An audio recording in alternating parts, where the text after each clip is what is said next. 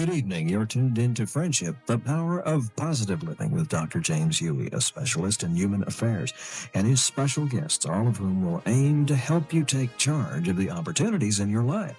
Let's go right into the studio right now and join Dr. Hughey for the Power of Positive Living. Good evening and welcome to Friendship. This is your host, James Hughey, facilitator of Friendship House here in Galveston, welcoming you to another evening on Friendship, the Power for Positive Living. I'd like to thank all of you for your positive reaction to our previous programs of wellness psychology and encourage each of you to join us here on Thursday evenings at 8 o'clock p.m. here on KGBC. We welcome all of you new members of the KGBC radio community who have decided to join us this evening. I guess the first thing I'd like to do is take a few minutes and review some of the things that we introduced about why this program is on the air. I believe that we're basically here to meet a human felt need. As a psychologist, I run into lots of needs from human beings, and I've spent most of my life working in the area of treatment and repair. People who have incurred lots of pain, lots of hurt, lots of frustration, and they have not developed ways in which to cope with those. It seemed to me as I went along that my efforts could be redirected and focusing on helping people who were well or who were interested in prevention. Even though the field has traditionally focused on the remediation aspect of psychology, it seemed a lot more exciting that we could work on preventing repair work in the first place. This program, Friendship, is dedicated to offering you some techniques, offering you some support in your particular self-development. During this program, we're going to focus on the emotional, social, physical, and spiritual development of you as a human being. You're going to be invited to take what you can use. And I stress the words invited, because to me, personal growth is just that. It's an invitation to grow.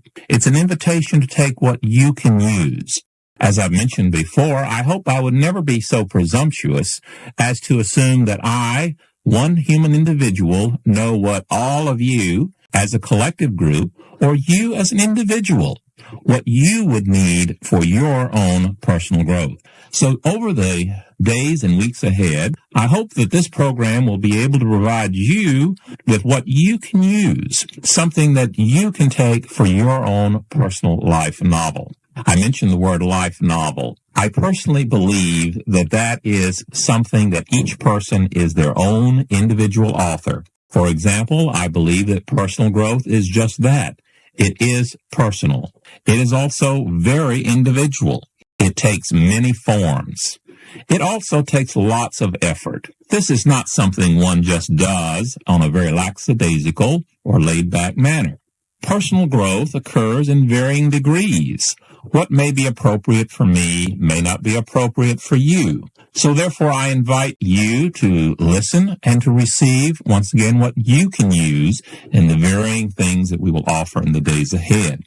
I very firmly believe that the life novel that you choose to live is a result of choices that you make. Because so often, as I have worked with people in personal retreating, I have found that oftentimes they are living a life based on choices that were made not out of a conscious decision, but were made out of default. They were either imposed by someone or they were decisions not made. And one of the things we'll definitely be pointing out is the fact that decisions not made are still decisions. So we will be talking about life novels in the days ahead. Some people encourage me to clarify this a little bit more this week.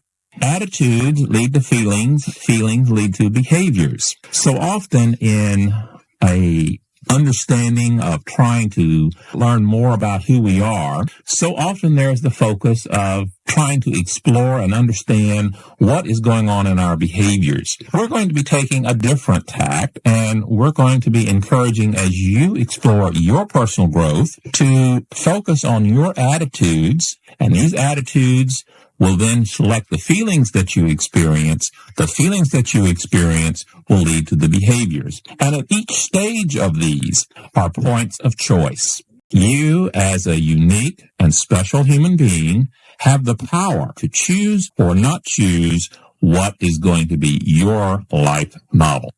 I had a number of individuals also ask me to clarify further the concept of personal retreating at Friendship House. Friendship House is located here in Galveston and is structured entirely toward the whole concept of allowing an individual to check out from their normal, everyday commitments and roles to explore who they are. We offer two focuses. One is listening hospitality. We hopefully structure an area, a place that we can offer you hospitality where you can be heard. And I know as I talk with most people, what a wonderful gift that is to give to them, to be able to really listen to what they have to say, to their opinions, their values, their beliefs, and their opinions. We invite you to share at Friendship House, and that's what personal retreating is. It's an invitation to share. There is no high-level structure to reach a particular goal. It is not oriented toward problem solving. It is toward basically exploring you as the unique human being that I believe you are. You are invited to share, but that is what it is. It is an invitation to share. A second characteristic of the Friendship House program, in addition to listening hospitality, is the concept that you as a human being either define yourself or you are allowing yourself to be defined by others. And we probably will spend many, many hours in the weeks ahead clarifying that even further, because constantly as you write what you are as a human being, who you are, what you believe in, you are constantly going through the process of defining yourself or of being defined by others. Those are powerful words, and we will come back to them frequently. But I hope that they will clarify the whole concept of personal retreating to a greater degree, and I appreciate all of you who encourage me to share that with you. One of the other requests that I had this last week is to repeat what is a friend. An individual told me they came in at the last of that definition, because since we're calling this friendship, well, naturally the question comes out, what is a friend? So therefore, I'd like to repeat a piece by C. Raymond Buran. It starts, what is a friend? I will tell you, it is a person with whom you dare to be yourself. Your soul can be naked with him. He seems to ask of you to put on nothing, only to be what you are.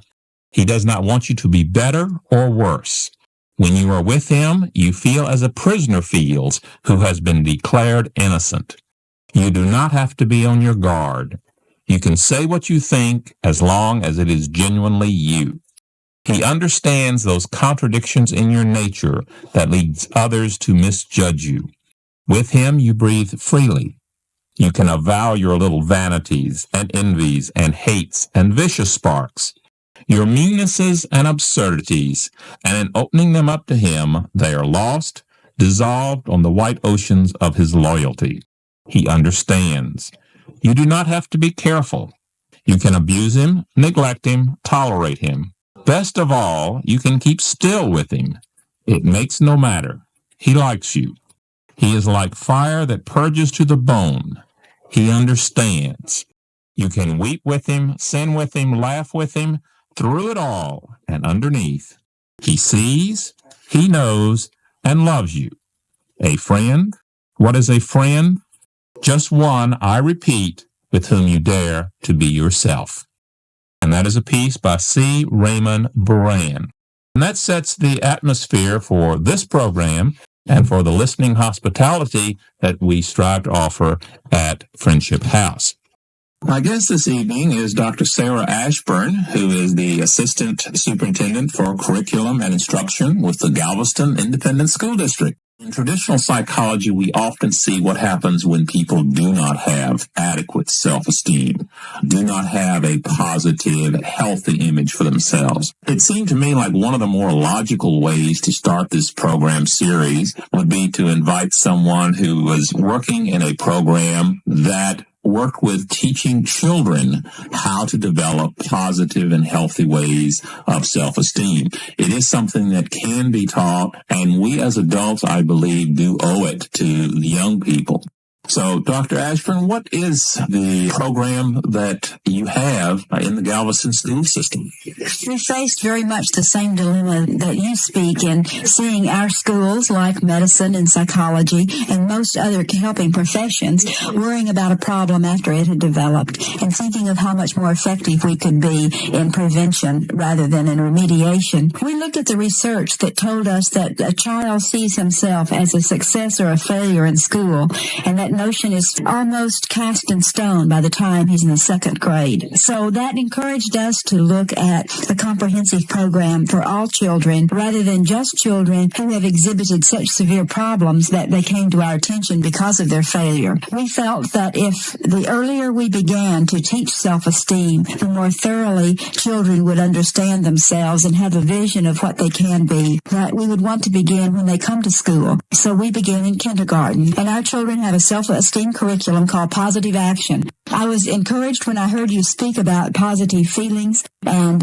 attitudes and actions because we see those so intertwined, and we teach positive actions and we talk about feelings. We think that children need to be given vocabulary to express themselves and their feelings, and they must be able to talk about their own attitudes and think of them in order to make any adjustments and in order to help other people help them.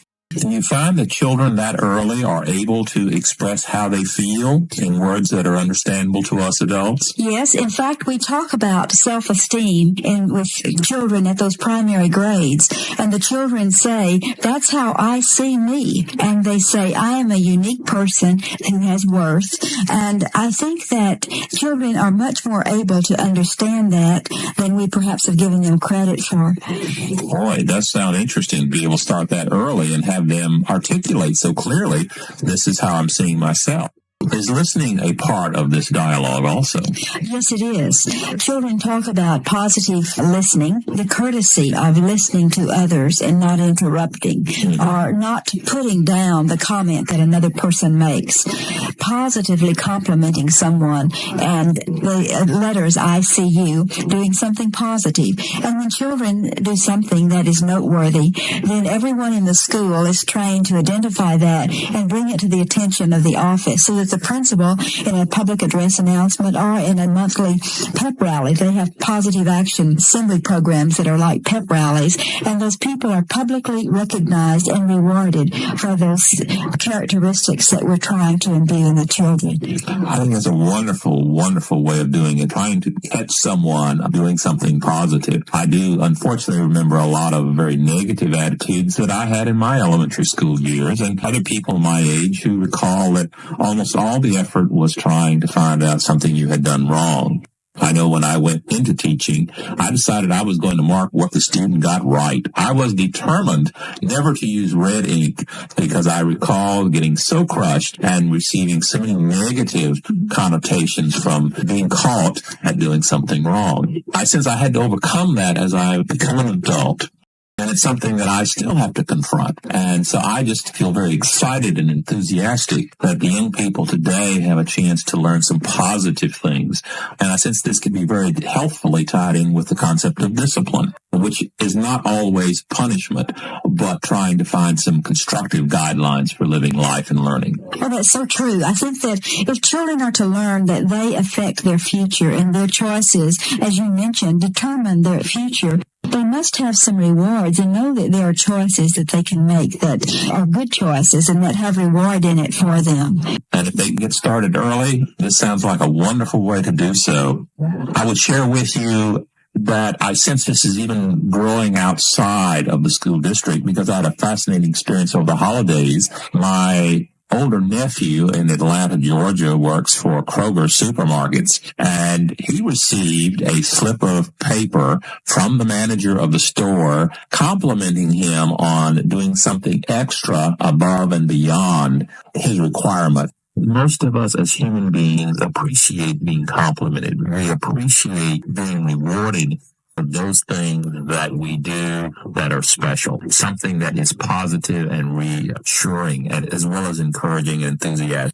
I just found it interesting that business was actually doing this and saying, that's good news. And I knew about our program, and I was just excited about that kind of branching out from the so-called sheltered world of the school system. Well, I guess one of the things that you mentioned that someone saw the need for this. About how long ago was this? How long has this program been going on in the Galveston schools? 3 years ago.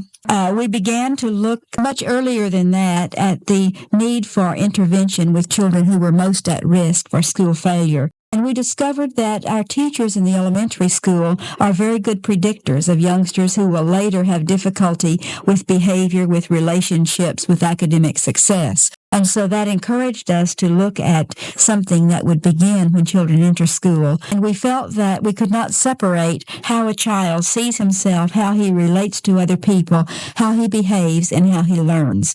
We think that while there are discrete characteristics in each of those skill areas, they're still very intertwined. And definitely one affects the other. Oh, absolutely. So we wanted to put those together. So we have the self-esteem curriculum that's called Positive Action.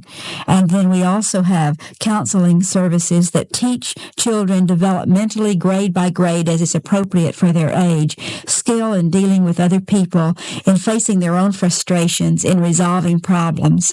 And then we also work with their learning problems and learning styles. How do you actually implement, or those are words that sound very good in a broad sense, but actually how is self-esteem taught in kindergarten or in grade 1? In every grade, an entire school has a word for the week.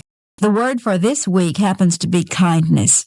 Kindergarten children every day, at least 4 days a week, will have a lesson about kindness, what it means, how it feels when someone treats you kindly, the things you can do in your life as a first grader or a kindergartner that treats other people kindly. Activities sometimes include mock radio shows that the children do in school, plays, puppets, or stories the teacher reads to them. But involved in that is a brief period of interaction so the children throughout the week learn about a word and the concept behind it. They learn how to use it, they hear stories about it, and we believe that they internalize over a period of the year the appropriate to their age understanding of that word. The next year, then, if they're in our schools, they have that same exposure at a year higher intellectual level. So, in other words, kindness would be started at a kindergarten, but then in grade 1, he would get another week of kindness. That's right. And then in grade 2, another week? That's correct. So at least 3 weeks of kindness over 3 years. Yes, every year he's in our school. And the words all part of the total notion of positive action so that students may learn perseverance, kindness, wellness, good health. And there is a different word every week for the school year. And those 34 weeks give us an opportunity to have a very wide network of vocabulary and concepts for children to learn. Are these 34 weeks of words or 34 weeks of a program, are they chosen by teachers or are they chosen by the school district? How is it decided? Well, this program was decided by our Board of School Trustees after we examined several options that would teach those things, those concepts and values that we think are important if children are to have a sound self-esteem. And so our local Board of School Trustees approved it. It was purchased locally with some federal funds because of a program that we had written. We have purchased this because we felt it best met this particular need that's very unique in schools. I mean, this type of a curriculum is very unique. We tried this in 2 of our schools, elementary schools, and the 2 5th and 6th grade schools in 1 year. And we discovered in that year that we had a significant increase in student behavior, in student learning, and a substantial decrease in discipline problems. We surveyed the teachers, and they told us that informally they assessed the students as being able to work with each other better, who had better attitudes toward themselves, who had increased ability to work with other children. So you see not only a decrease in problem behavior, but you also see them working more effectively with others? Oh, absolutely. Well, this past year, since we had completed the first year of having this in all of the Galveston schools through grade 7, We asked parents to give us some feedback on their understanding as they saw their children, because if the proof is in the pudding in any educational program, the proof is in the changes that we see in children. And parents told us that they were able to see that their children's behavior is better, their children's attitudes better, the children are able to do better in school. We noticed a few other side benefits that we had not anticipated. Several faculty members told us that they felt that the adults related to each other differently after having this time of teaching these skills. It sounds like the characteristic of teaching that we learn a lot from what we teach and just the opportunity. Boy, it does sound like a very dynamic and exciting program, and you seem very well pleased with what has happened in the 3 years of implementation. You mentioned about radio shows and plays and so forth. Could you give me one concrete example of maybe what could be done with the word kindness or perseverance or some other word for the week that might help our audience, what they would see if they were to walk into a classroom? Well, for example, today I was in a classroom and a teacher read a story to the children and involved kindness. They talked about a situation. The story was about a little girl who treated other people kindly. The children then later talked about the story. They identified the behaviors that exhibited kindness. They defined kindness. And then in their own lives, they talked about the things that they thought they could do that would show kindness to others. They talked about synonyms. They said friendly would be another way of being kind to someone, to treat them in a friendly way. One child said, I would share my toys. Another person said, I would speak nicely to someone. Another one said, I would help that person with his job.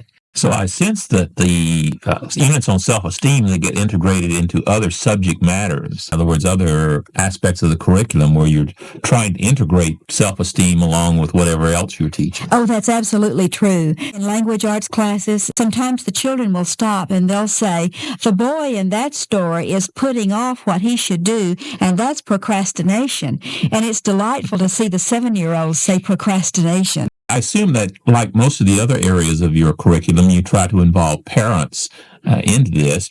Is there any dialogue between the teacher and parents over how parents can strive to improve self-esteem at home or take any of the lessons at school and implement them at home? This is an area that we feel that our district is committed to increasing. We want to do more each year with parent education. The counselors, who are important team players in this multidisciplinary program, hold classes or hold seminars for parents on successful steps in parent education, and those have been very well received. We are looking now for other opportunities, such as a forum that would invite parents to come and hear a speaker talk about different areas of child rearing that will give help and encouragement to parents and perhaps give answers to some problems too. We think that parents tell us that when they can have a chance to talk to others and realize that they're not the only one who has that particular problem with a child, that it is comforting, and they know that that is a normal expectation. It is so comforting to know that you're not the only one with any kind of concern or situation, be able to share it with someone else.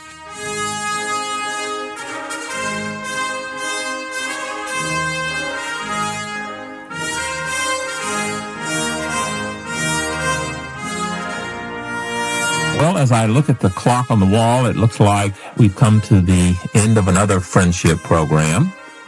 I certainly want to thank my guest, Dr. Sara Ashburn of the Galveston School District, for being my guest this evening, and certainly appreciate her sharing with us in an area that's so crucial, the teaching of positive self-esteem at an early age.